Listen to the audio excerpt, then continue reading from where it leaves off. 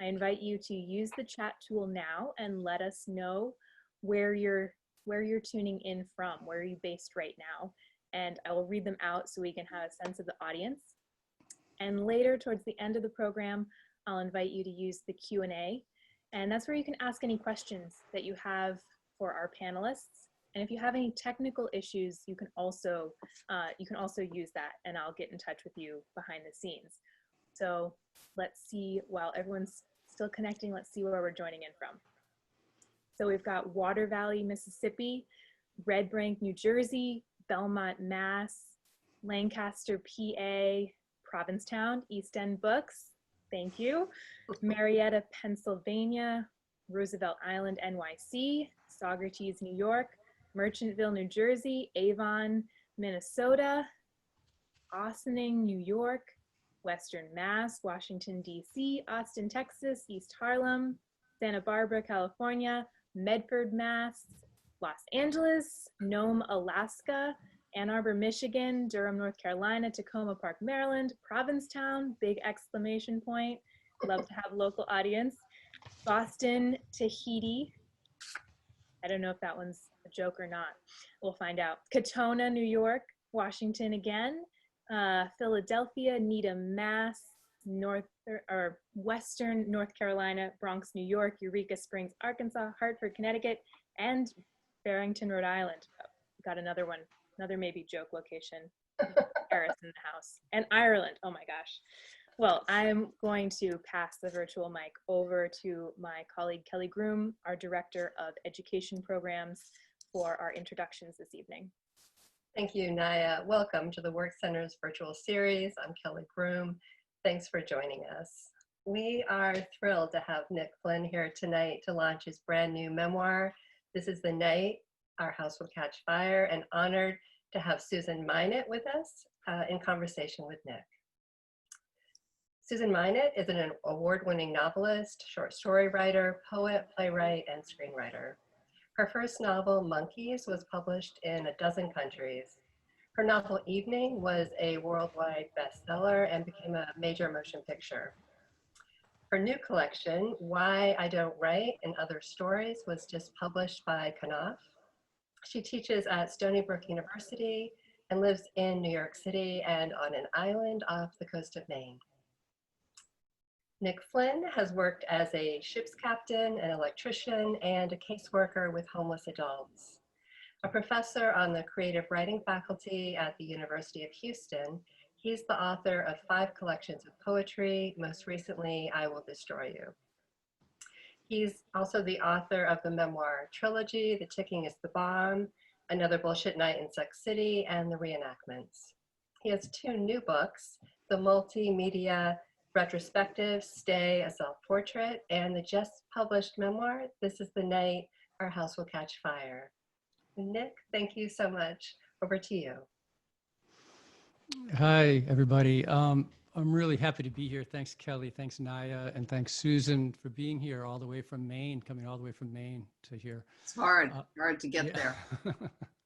I'm really happy that this is the first event for the book. I'm happy that it's at the Work Center, a place that is very, very dear to me. And I thank everyone for coming too, because all of you, or yes, most of you paid $10, which will go right to the Work Center, who, you know, in these days, we're all struggling, and the Work Center is also struggling. So thanks for being here. And Susan, I just want to hold up her book for a second, this beautiful, beautiful book, Why I Don't Write. Y'all should get this one also. It's really amazing. It's your first book of stories in a while, I think. So, and it's really spectacular. And we'll probably talk a little about it because there's some overlap between our writing. So we'll probably talk about that a little bit also. I'm going to start out the night just reading a short section, and then we'll go back and have a little discussion with Susan and I. And then I'll read a little bit more based on the questions, the hard questions she asked me. And then we'll go back and forth like that a little bit. And then there'll be time for questions at the end from the folks out there. But Susan had sort of suggested that we divide it into three categories. There's a fire. There's the fire of the title. This is the night our house will catch fire. So it seemed a good idea maybe to read a little bit of fire to begin with. And then there's sort of a big thread through the book is my relationship with my daughter, who was 7 when I began the book. And the book began as a way to, it didn't begin as a book. It began just with me telling her stories about when I was 7. She would ask me, in the way 7-year-olds do, sort of, hundreds of times, what I was like when I was 7. And I began telling her stories about what I remembered when I was 7. And the stories sort of got stranger and stranger. They took on the feel of a fairy tale, which is maybe the way memory works, or maybe the way my memory works. And it sort of led back to this fire that happened the year before when I was 6. So this is when I was 6. I'll just read a little bit of this, and then we'll have a little talk with Susan. Yeah. This is called canopic. Fire contains time. Fire is time converted into light. Fire takes trees and allows you to read other trees. The book in your hand was once a tree. Now you hold it up to the tiny fire inside the light bulb so you can read it. The words then hopefully create another fire in your mind. Gaston Bachelard offers this. Fire is the ultra-living element. It is intimate and it is universal. It lives in our heart. It lives in the sky. It rises from the depths of the substance and offers itself with the warmth of love. Or it can go back down into the substance and hide there, latent and pent up, like hate and vengeance. In one version of the night our house caught fire, I'm carried outside in my pajamas, left to stand across the street on the lawn of the neighbor we'd never met. In another version, my mother shakes me awake with a word, and the word is run. Or maybe she simply yells, get up, from the bottom of the stairs. Or maybe she doesn't say a word. Maybe the house is silent. Maybe it's the smoke that wakes me. In all versions, there's a lot of smoke, and I escape by running through it. I'm left in the lawn to watch the shadows of the flames on the nearby trees. In my mother's version, it was raccoons that started the fire. They upended the hibachi, and the coals, still glowing, spread out across the porch. For years, this was the story, because it was a story that had an ending, even if it ended in flames. As a story, it was, at least, comprehensible. The days leading up to the fire, we'd watch them, every night from our kitchen window, come to raid our garbage pail. We were amazed by what they could do with their hands, which seemed so much like our hands. We knew what they were capable of. Joan Didion offers this. What we have learned to freeze the shifting phantasmagoria, which is our actual experience. Let me begin again. One summer night, our house catches fire. I'm 6. I have to run through the smoke to escape the flames. 1,001 times I've told this story. Why? Because it happened, because I escaped, because it involves fire and firemen and sirens. Sometimes still, this story starts with just me, barefoot in the next door neighbor's yard, looking back at the house we've just tumbled out of. All I can do now is watch as it burns. Phantasmagoria. I need to freeze, make sense of the story of being 6 and running through a burning house. I need to contain it, like a firefly in a jar. If I don't contain it, I don't know if I can move away from it. And if I can't move away from it, I don't know if I'll ever believe that I made it out in one piece. Yet here I am. I stand before you, intact, whole, holy. Everything that lives is holy. In earlier versions of the story, it was a perfect summer day. Mom and I made an apple pie. Vernon grilled sausages on the back deck. Then, after we'd all gone off to bed, after Mom, I guess, tucked me in, the raccoons came and tipped the hibachi over. The coals fanned out across the wooden planks. It was then only a matter of time. But it was always a story, like all stories, that came in several jars, like those jars the Egyptians would use to hold the entrails of their dead. Canopic, lungs in one, heart in another, liver in one, spleen in another. You've seen these jars, empty now, the organs long desiccated, in the Egyptian wing of the Brooklyn Museum. That's how we'll start. That's a fantastic start.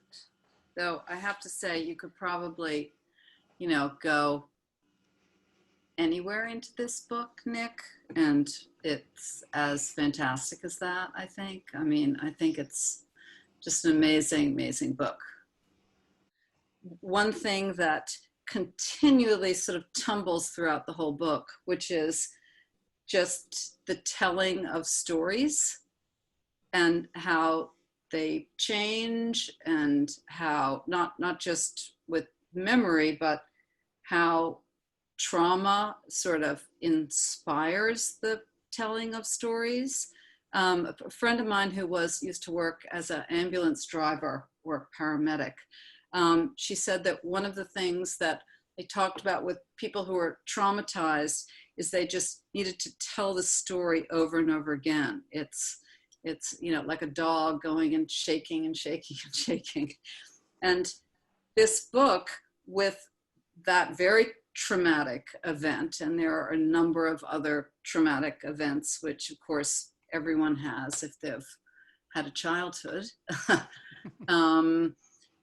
just keeps on being looked at from different ways. And but more than just kind of a straightforward memoir, you go, I would say, a couple of steps further.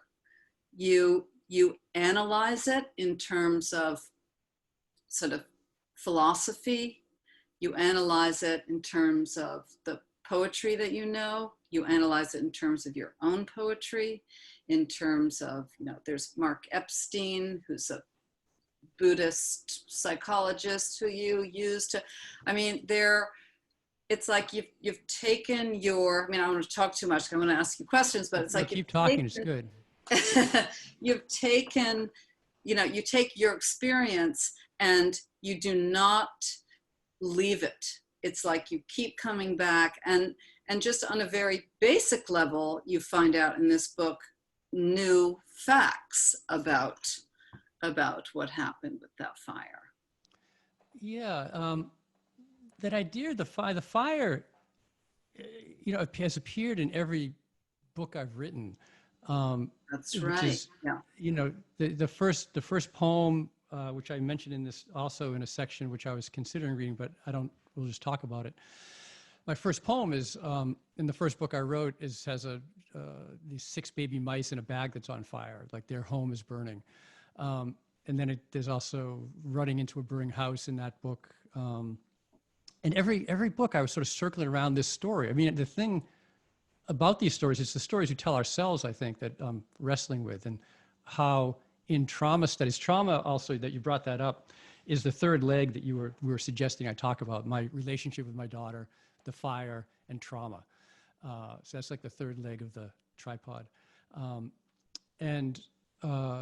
By telling this, by my daughter asking me the story about when I was 7, it did, and other things were going on in my life also that were complicated and difficult, but that thing did bring me back to that time, and sort of having to look at it and seeing my daughter when she was the age I was when the fire, when I experienced the fire, really was what was traumatizing. I didn't really get, the thing that we haven't said yet is that, my mother, not to give it away, but it's sort of, I think it's probably in the press material, so it's sort of, anyone would know who gets the book. My mother had set the fire in order to collect insurance money. I thought that was a good thing. I thought that story was a good story until I had a 7-year-old daughter. I sort of admired my mother for, she was young, she was broke, she had 2 kids, and she figured out a way to get some money. And it wasn't until I had a daughter, until I was, quite old, and my daughter turned 7. I was like, wait a minute, that's not really a good thing to do. That's like, that's kind of reckless, and that's sort of what precipitated this sort of like, tumbling back into therapy and writing this book. It was sort of like a story I'd known for a long time, and then sort of turning it over and seeing the deeper meaning of it. So. Yeah. Well, I think also another thing, and this is true, I would say again, in all your work, in both your memoir and your poetry, is there is a sort of searching after the self and how you relate to yourself. And depending on different times in your life, I mean, this is true for everyone, you see yourself in kind of a different way. And then as we get older, it's like, oh, wait, now I've got this version of myself. And so you can continue to look at the stuff in your life, not that you sort of get a handle on it suddenly, or you may get kind of a take on it that you can sort of digest, and then you move on to another stage in your life, and yourself has a different thing, and it looks very different. And I think there are,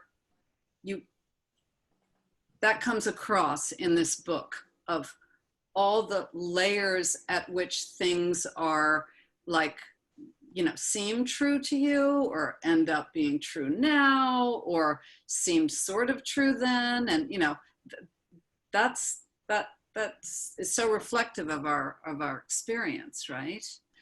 Yeah. Well, and I was just going to say, like, a lot of it too is like when when you're younger and your parents might seem incomprehensible, or like, why didn't they sort of, you would think, I always imagined I'd be like a completely different person when I was, say, 40 or something, or that I would sort of have all the answers. And then you get to be 40 and you're like, well, I'm still trying to, I know some things more, but I don't know. So you can understand like that your parents are still struggling Right. at various times in their life. So Right. one of the, it gives you compassion for them as you reach those. And I don't know if you can have that compassion unless you're, more enlightened than I apparently am, until you reach that actual age. Well, you don't know it until you're there. Yeah.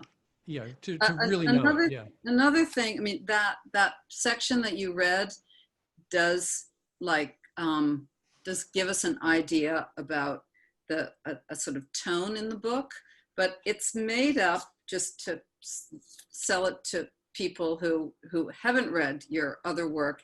It's made up of very, very short, they're not chapters, they're just very short little sections, and they always have titles, and they're almost like little prose poems or little pensées or something, that are all part of these little fragments of you trying to, you feel that the writer is just saying, well, then there's this, and then there's this, and then there's this, and and maybe it will add up to something, or maybe it's just this and this and this is what it's going to be at the end. But do you want to read like another little sliver like Sure. that? They're so beautiful. You can go into this book anywhere. It doesn't necessarily need to. You don't need to start at the beginning and then gather something. You can go kind of into it anywhere and be a part of your mind, which is great. I'd like to read a little piece that has my wife in it, if that's okay. It's called Swifts. My wife is a birder. Oh, yeah, nice. Not the birds. And, I've learned a lot from her about birds and other things. So I'll just read this piece. Swifts. The world is about to end, so my wife spends part of each day looking at birds. Birds are a prophecy, an augur. We are both worried and not worried about this. The world has been ending since Blake wrote his apocalyptic visions. Oh, thou art thyself a root growing in hell. The world is always about to end. My wife stands in a field and looks into the sky and listens. I join her. It is overcast. I can't hear a thing. Swifts, she says, pointing. I look up. Only clouds. There, she says, way up. Then I see one, the V of its wings. Then I see another, then another. So far away, so tiny, but the more I look, the closer they come. The more I see. Hundreds now. Now I can hear them, gathering. Chimney swifts, my wife says. It is nearly sunset, and these swifts will need to go in for the night. Why they do this, I do not know. Some birds, pelagic, simply float on the surface of the ocean for the night. Some roost on branches. Sometimes a whole tree is nothing but bird. Some nest in the ground. You need to be careful where you step. Some don't sleep at all. but just fly and fly and fly. I've learned all this from my wife. A chimney must be nearby, she says. Shall we get in the car and drive to the nearest factory or school, somewhere that will have a chimney large enough for all the swifts in the sky to roost for the night? An elementary school is 2 blocks away. It is summer, so the chimney will not be in use. By winter, when the chimneys will be in use, the swifts will have migrated farther south. We get out of the car, look into the clouds. Look, my wife says, swifts gathering. I can hear them now, using echolocution to feed on mosquitoes. Wait, my wife says. At last light, the swifts, suddenly and all at once, become a black rope in the sky, and in less than a second, this rope coils and pours itself into the chimney. In less than a second, the sky is silent. I've never seen anything like it.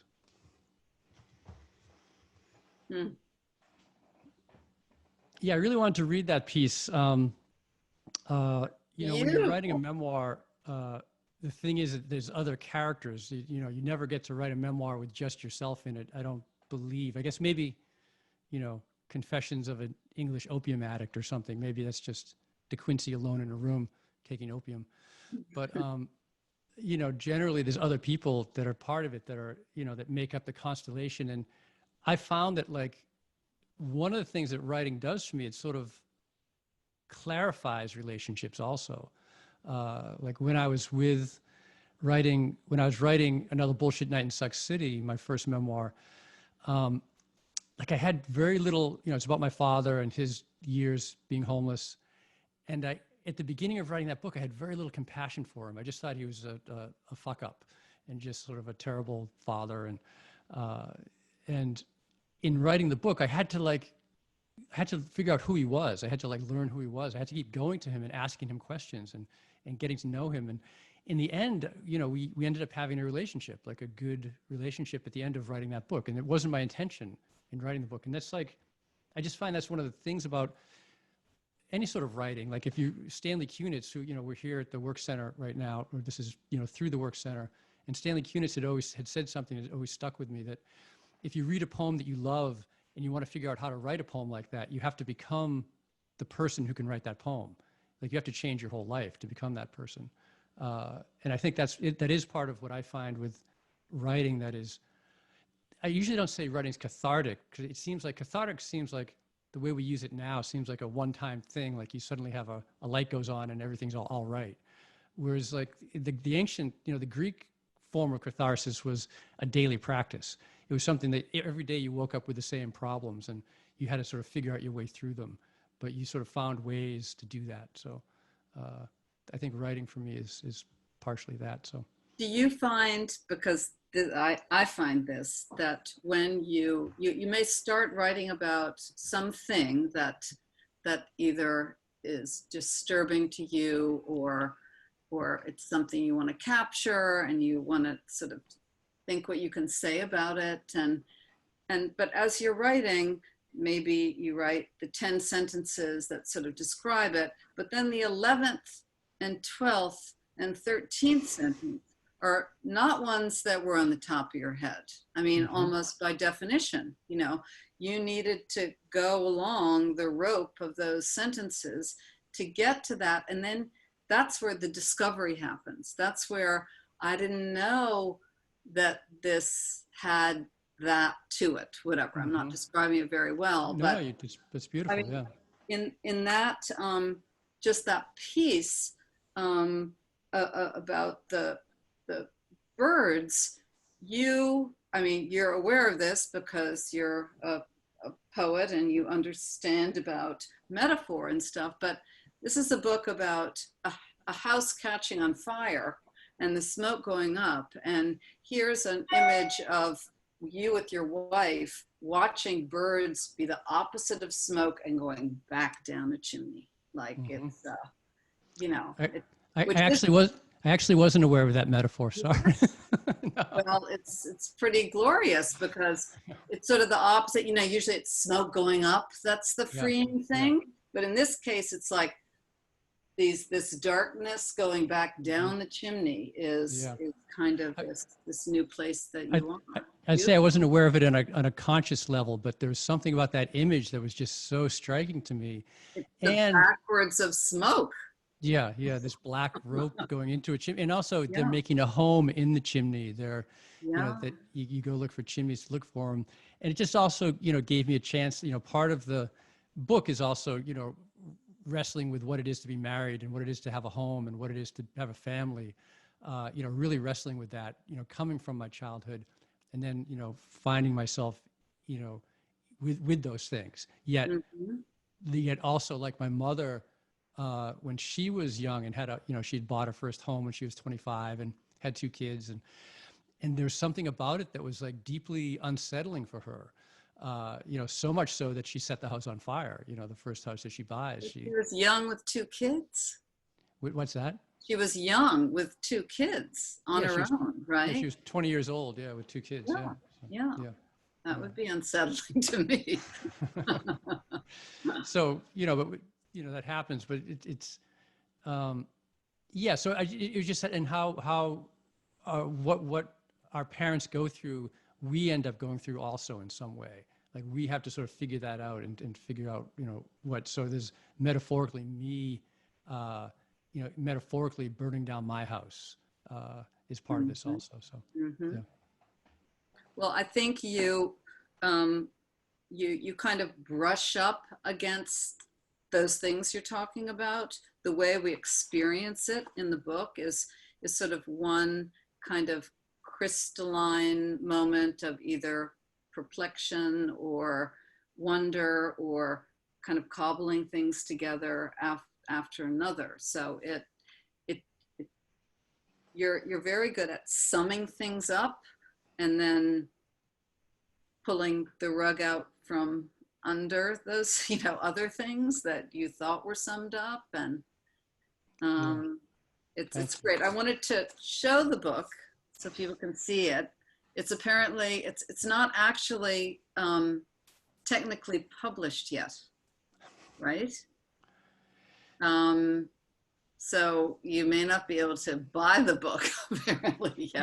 You can order it and it will appear on your door on the 26th of August. Yeah. Unless you live in Provincetown and there's a special dispensation from East End Books, who is the sponsor of this along with the Work Center. They got a box of them or some number of them because I was going to be in Provincetown this week. And I am in Provincetown this week, but I was going to be here and do a live event, when we were all planning things and assuming that this plague would be behind us and that our government would have sort of taken care of everything and worked everything out, but that's not where we are. But so the publisher allowed like this bookstore to have this. This is a special, secret event. The actual launch is like next week, but this is, just for us and our 80 participants in our event here. Good. I have another question. This is more general about your work. And I'm just wondering if you have, you don't even need to have an explanation for this, but I'm wondering why so many of your titles are sentences. Titles of books or titles on? The titles of your books are sentences. Is that true? That's not usual. I will destroy you. The captain asks for a show of hands. The ticking is the bomb. Oh. Alice invents a little game and Alice always wins. Okay, I guess you're right. Okay. Yeah. And this is the night our house will catch fire. Yeah, wow. The sentences. It's interesting. I mean, I don't think you need to explain it, but. The titles are, I had another title for this book, which was the working title for this book for the 5 or 6 years I worked on it was Mr. Mann, M-A-N-N, who is. He's another thread throughout here. Yeah, he's a big thread throughout the book. He was the story I would tell my daughter when she asked me what my childhood was like. 'Cause I couldn't remember when she asked me what I was like when I was 7, because I couldn't remember school. She'd ask me like, "Who's your 4th grade teacher?" I'd be like, "I have no idea." What did you study? I'm like, "I don't know." And she was in 4th grade, or I believe then when you're 7, maybe younger. Maybe it's younger when she's 7, maybe 2nd grade. Younger, yeah. And she seemed to be fully alive and not like completely dissociated. which is sort of a miracle. Like she's like fully present and alive and present to the world. And she'll probably remember things too, you know, that I couldn't remember much of anything, but I could remember this one story, which was a story that about this hermit that lived in the woods behind my grandmother's. And his name was Mr. Mann, M-A-N-N, and he was like the last living relative of the oldest family in my hometown in Situate, Massachusetts.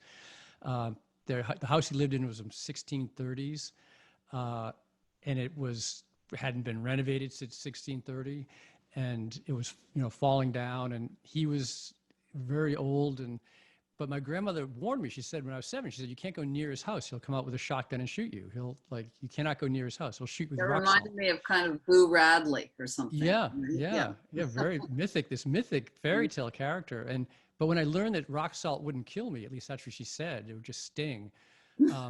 I was in. I thought, like, I decided to spend my entire summer trying to get him to shoot me with this shotgun, trying to get as close as I could to the house. And some people think that's strange, and some people understand that. Like, you know, it depends on your childhood. You're not trying to get him to shoot you, but spying on him and creeping around, and right? Well, but taking the chance that he would shoot me. I mean, I was sort of, you know, thrilled by the, you know, like because I would practice zigzagging across the field so that he wouldn't be able to hit me and things, you know. And it really became a thing. And you know, so she really loved that story. And I'd tell her that story, tell me the story of Mr. Mann, and I'd tell her the story. And then I'd leave things out of it, because I did also things like when I was 7 years old, I broke into his house eventually and stole some things, which I didn't want to tell her at first, but she wore me down by asking me so many times. Do you want to read a part about Mr. Mann? Do you have a Mr. Mann section? I'll read a little short piece about Mr. Mann just to give you a taste of it. Sure. It's good. Because that's the 7-year-old you. Yeah. Well, okay. All right. Well, yeah. Then I was thinking of the beginning one where I'm just telling my daughter the story, but then I just told you that story, so I should find something else. I'm not sure if I can find her. I'll just read this one at the beginning. But it's actually the story I just told you, so that's no good. Yeah. That's like, no, don't. I already told you the whole story. Yeah. So about trying to get shot by a shotgun and stuff. Yeah. That's the one let me see, Mr. Mann. Oh, okay, there's one here. I got one here. Sorry. This will be tell you something about it. This is me when I was 7. This is called 6 Baby Mice. 6 Baby Mice. Let's see how long it is. I probably can't read the whole thing, but I'll read a little. 6 baby mice. No one's paying much attention, so when school ends, I'm free to wander. It's the summer after the fire. If my mother was out working the night before or on a date, I'll wake up at my grandma's. At some point each morning, I'll announce to her that I'm heading into the woods. The woods are vast. I might as well have said I was diving into a bottomless pit, but it seemed enough for her to know this. Don't get in any trouble, she'll say, or be careful, or watch yourself, or something equally grandmotherly. Dinner's at 6, she'll say.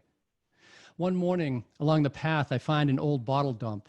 I line the bottles up on a rotting board and pitch rocks at them. Underneath the board, I find 6 baby mice, squirming in little tunnels carved in the dirt. The mother is nowhere to be seen.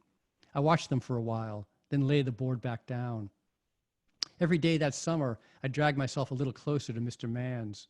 From a safe distance, I begin to study him. No screens, his windows shut tight. Frogs in his pond, no wind. Sometimes I see him poking around in his fallen down barn or feeding his broke back horse, but mostly he's a ghost. Years later, I'll publish a book of poems, Some Ether, my first book. The first poem in it is called Bag of Mice. It is one of the few poems of mine to come directly from a dream. I simply transcribe it. And here's the poem. I dreamt your suicide note was scrawled in pencil on a brown paper bag, and in the bag were 6 baby mice. The bag opened into darkness, smoldering from the top down. The mice, huddled at the bottom, scurried the bag across a shorn field. I stood over it, and as the burning reached each carbon letter of what you'd written, your voice released into the night like a song, and the mice grew wilder. I'll stop there just to say, yeah, like this was sort of those baby mice. I didn't really connect like me going into the woods, and that was one of those images like where you lift up a board and there's these little, you know, blind hairless mice that are crawling around, and I was sort of horrified because I'd been throwing rocks at these bottles and breaking bottles, and I was just like, oh, they're so delicate. You know, I wasn't a psychopath or anything. I didn't like kill animals, so I, you know, gently put the board back down. And but that they appeared in a dream that I had, and they appeared in this bag, this paper bag that has a suicide note on it that's burning. So like their house is burning, and there's a suicide note. And I say after that, I wrote this poem before I found Vernon in Florida. Vernon was the boyfriend she was with when the house caught fire. She was having an affair with this guy that I call Vernon. Before he told me my mother had set our house on fire. So Vernon had told me when I was 35 that our mother had set the house on fire, but it took me until I was, you know, in my 50s to actually, you know, think that was not a good idea. It may seem strange, but I swear I never consciously linked my mother's suicide with the fire, and I'm reluctant to do so now. It would feel reductionist to make it easier, if that were even remotely possible, to explain her suicide. Did it weigh on her, what she had done when she was younger, when she was desperate for a way out? Fire appears in each of my books, but then so does a donut. That's the way my subconscious works. In the town I grew up in, Scituate, which was the same town both my mother and father grew up in, oblivion was the air we all were breathing. From what I hear, the air is still thick with it. You're not from these parts. You don't know what our twilights can do. So I'll just stop there. That's a quote. The last part, the twilights part, is from Beckett. Yeah, you're not from these parts. You don't know what our twilights can do. Yeah. So Beckett appears in all my books also. So yeah. So that's yeah. It's that thing about this idea, these images that keep returning to us as like as artists, like that sort of, you know, and where they come from, and you know, I had never really connected that those baby mice had come from really an early time, a very formative time, like when I was 7, and 7 was probably the time I was given. We always had a lot of freedom because our mother was just working. I don't know if we had a babysitter. Like we just sort of did what we wanted to do. So we were just always just out running around. And but 7 was when I really started running wilder and going further afield, which is a little shocking to me because when I went back to my hometown with my daughter when she was 7, she was really little. Like, you know, she was still like, you know, she was just a child. I'm like, I was breaking into a house when I'm 7. Like that seems young to break into houses to me. Like I thought it'd be a 12-year-old thing. You'd break into a house when you're 12, but not 7. So yeah, that is young. yeah. That thing of things returning, you asked me to read you one thing from my book because yes, please. Yes. It's going to be, but I said there was a thing that reminded me of, or at least it's dealing with the same thing. So I'm just doing this because you asked me. I'm not coming into the. So this is from a just one of the stories in my book, just basically talking about memory and the older you get, how what's that? It's from the last story called The Language of Cats and Dogs. Great. And it's about a character who's looking back 40 years before when one of her college professors did sort of a pretty creepy thing to her, and it was a professor that she liked a lot. So this is just two paragraphs about going back over an experience. You think you are done with an experience once it is over and it is set into some version in a story. And there it will sit. But if you return to the experience many years later, because you are, say, urged by a movement in the culture to re-examine the treatment of women, an examination which seems to come every 50 years or so before it fades away again, then you might discover new details waiting for you unnoticed.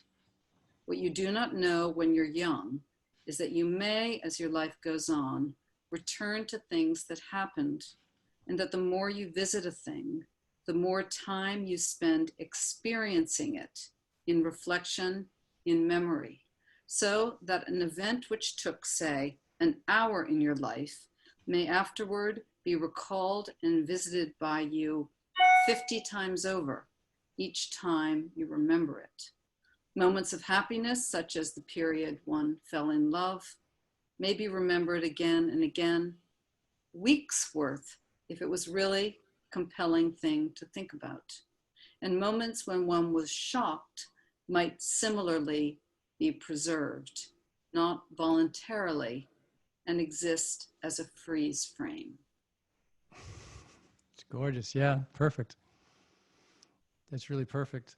Yeah, I saw so much overlap with your book, and like just like the concerns we had. That you have the you know, that piece there with just like, yeah, what it sort of is the blueprint for like the whole book of mine. What you just read, like that you go back and look at something, and then you look at it with different knowledge and different you know, sometimes with compassion or sometimes with you know, horror, or you just, you know, how things come back to us. They keep coming back in these. But then we have them in us, all those things. It's not like, oh, that happened then and that's it now. You know, it happened then, we can think of it now, and we've got a different way that it's in us, you know. So we just get filled with all these things, and then we're also going over them again and again. I mean, it's no wonder old people look sort of stunned, because they're just There's so much in them. Yes. So much in them. They just can't even keep processing. You know, the other overlaps I was seeing, you do so much and so beautifully with navigating like relationships, you know, like what, you know, two people together and trying to figure out how to be together and how to, you know, in all your work, but in this book, it's just like, you know, so beautiful, you know, which I'm trying to figure out too in my book, you know, how one tries to figure stays it together, out. Yeah.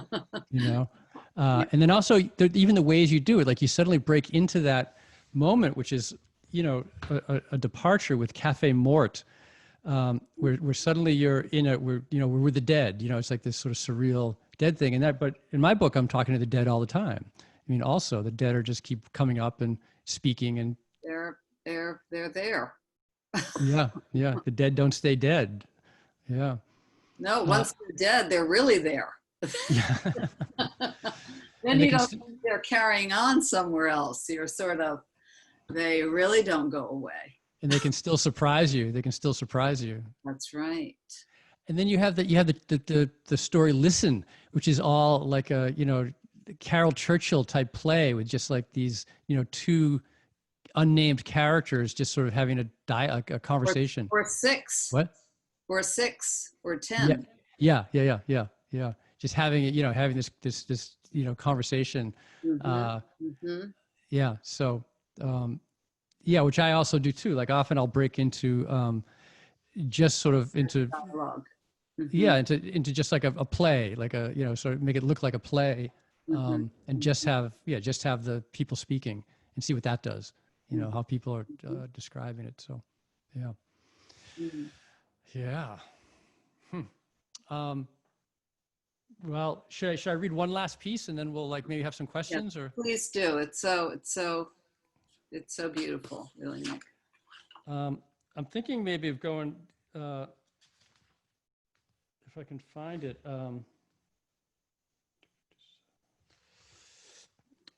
into this sort of trauma stuff, because you had said that would be a good thing. Yeah, no, it never stops, that trauma stuff. Yeah, you know. People say get over it, get through it, wrestle with it. You know, I'm not quite sure that. I think your concerns can leave a trauma behind, but it's vibrationally there always, you know? So this is a trip I took around when she was, you know, asking, my daughter and I went to Florida for a writing thing. You know, my wife was out of town working, and I think maybe we didn't have childcare, or maybe we just needed, you know, I just wanted to bring her to Florida so we could be at the ocean.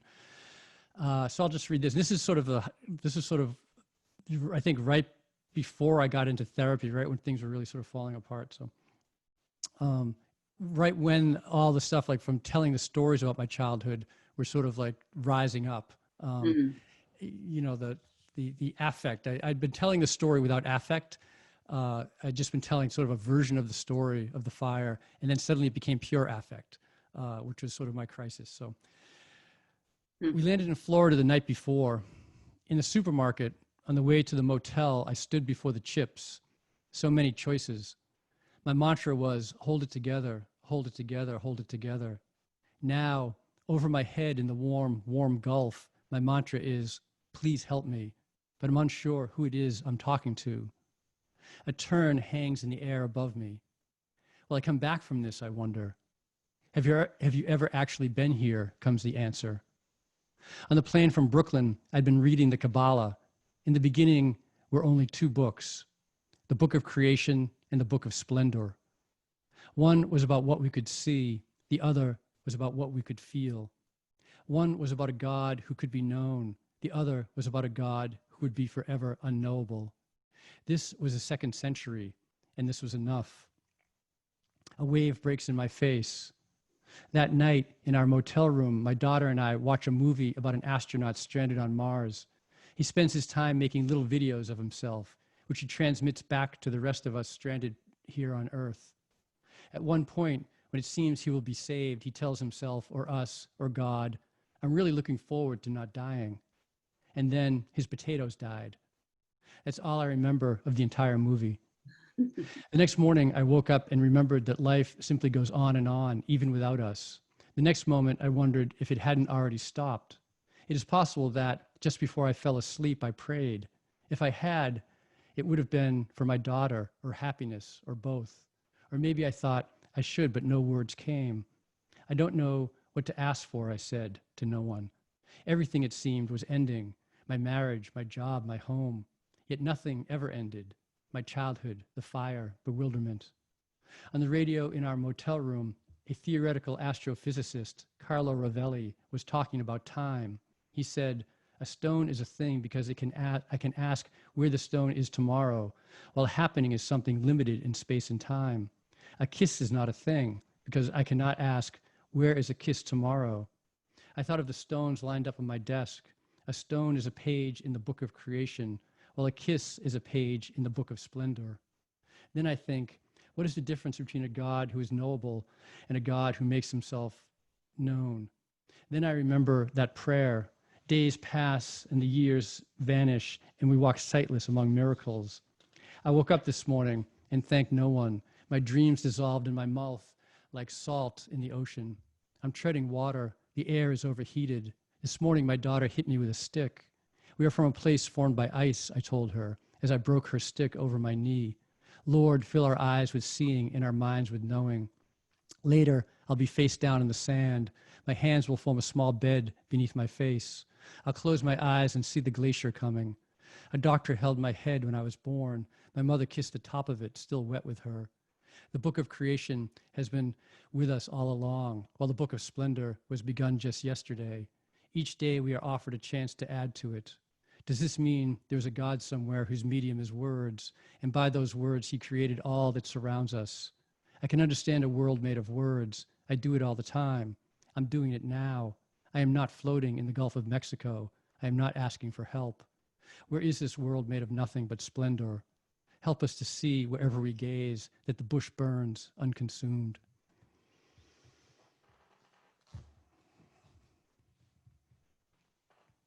I mean, it goes so many places, Nick. I don't even know where to.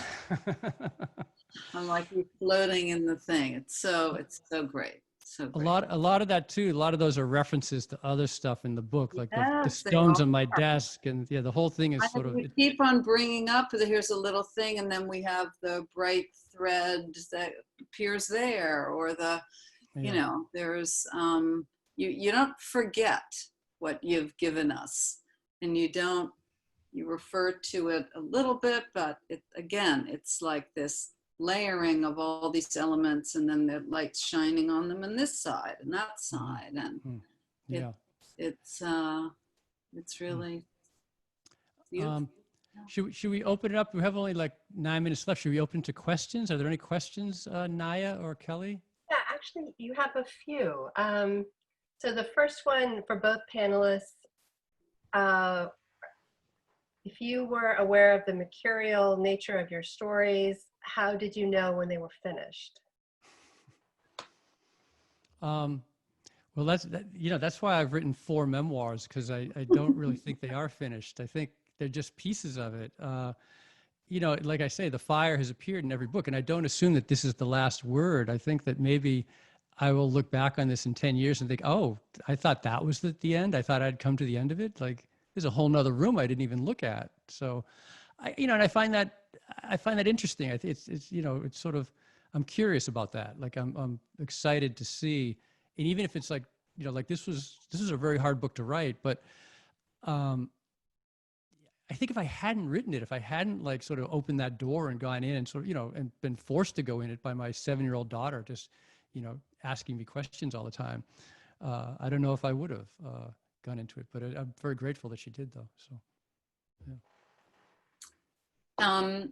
I would say that the mercurial nature has to do with one's obsessions, the things that one is concerned with, and if it's death or memory or desire or whatever, they keep on coming up, and maybe one way of just being alive, I think, and as a writer, is to try to zero in on one little aspect of that and to try to make a story of it, so you can sort of grapple with some of the complexity of it, and not solve it really, but just give a good version of that complexity. That there's something satisfying in that. It's like, as Chekhov said, the artist's job isn't to answer the question or solve the problem, it's to state the problem correctly.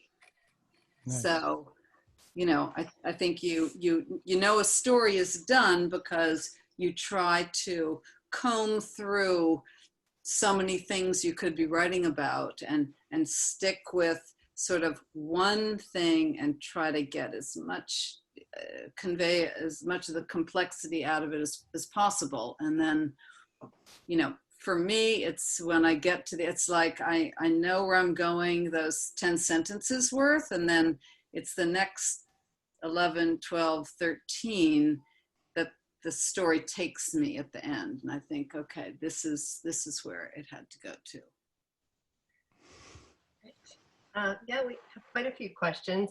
So this person has already read the new memoir, Nick, that there are many threads running through the book.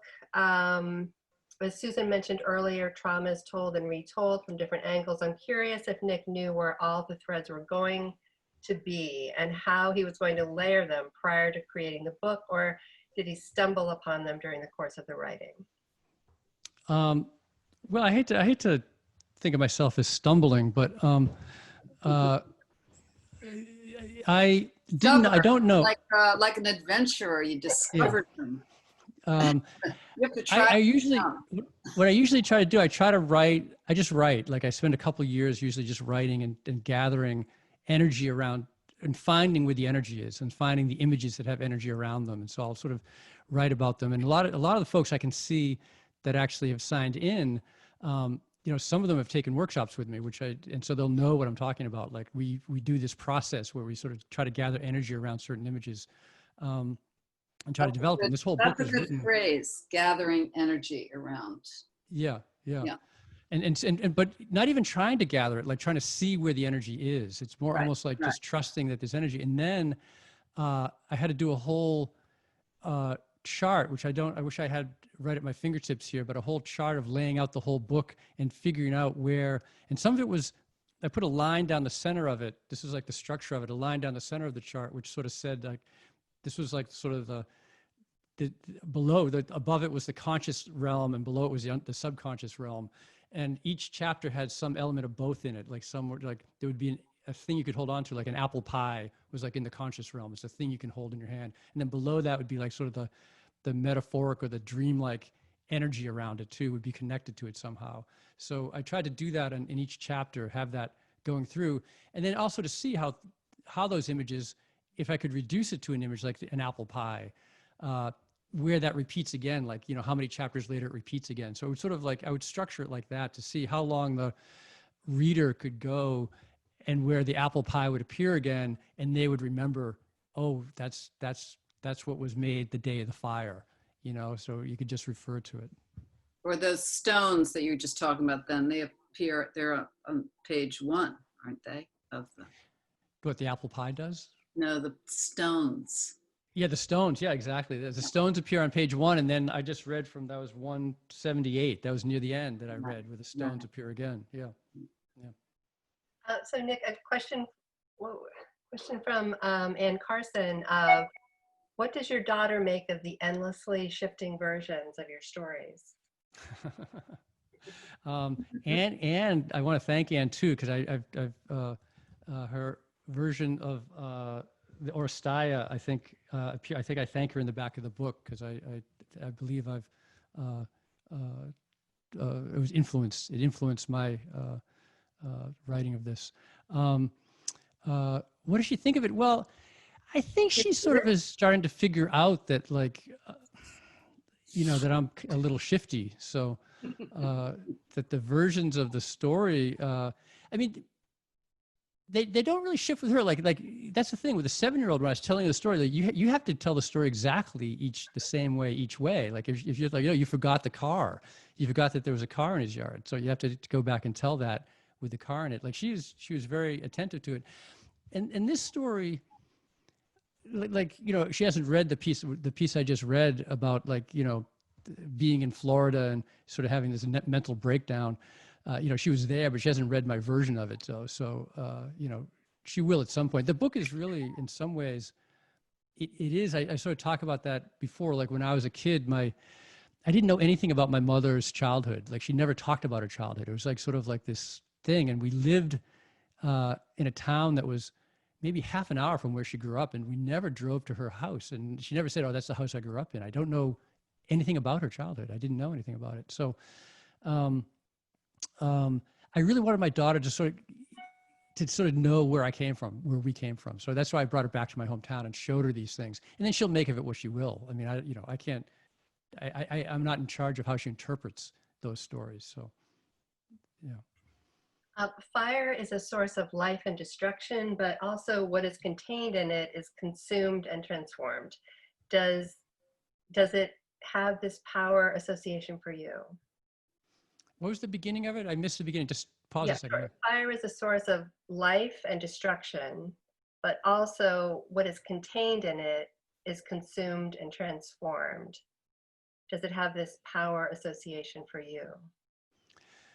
Yeah, this is very much, I mean, I really meditated on fire a lot for this book. Like, it seems like each book I've written has an element attached to it. Like Another Bullshit Night is a very wet book. It's very ocean, like it's, you know, every page is sort of like, you know, filled with like, you know, sea air. And this is like, there's a lot of fire in this book. And it is like, you know, in the Book of Symbols, like, you know, red, the color red, which is, you know, it would be the symbol of fire, which could be both creation and destruction, and of blood, which also is, you know, creation. Yeah, I mean, I thought about that a lot, like, you know, the whole, it's hard to sort of to summarize it in a couple sentences, but it's huge though, yeah. Yeah, thank you. Thank you so much, Nick and Susan, for such an amazing night. You can get copies of Nick's and Susan's books at East End Books here in Provincetown. Naya, I wonder if you could share the screenshot of Nick's broadside that's available. Yeah, okay. Coming right up. So yeah, you can order online. East End Books will ship nationally. If you live on the Outer Cape, they'll deliver it to your house.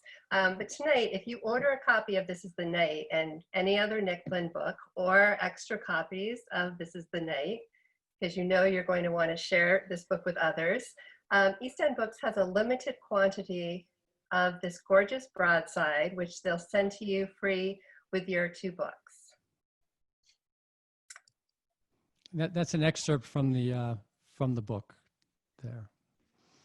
Yeah, beautiful. Nice. So is that like a poster? Yeah, it is. Yep. Like poster size, or? I 11 by 14. 11 by 14. Yes, I Okay, this. have one here, so you can gauge Okay. the size. Good for a college student going back to their room. Yeah, good for anyone. So, great. Thank you, Naya. Thanks, everyone. Thank you so much for joining us. Yeah. Yeah. Thank you, Thank everybody. you. Thank you, Kelly, Susan. Naya, and Nick.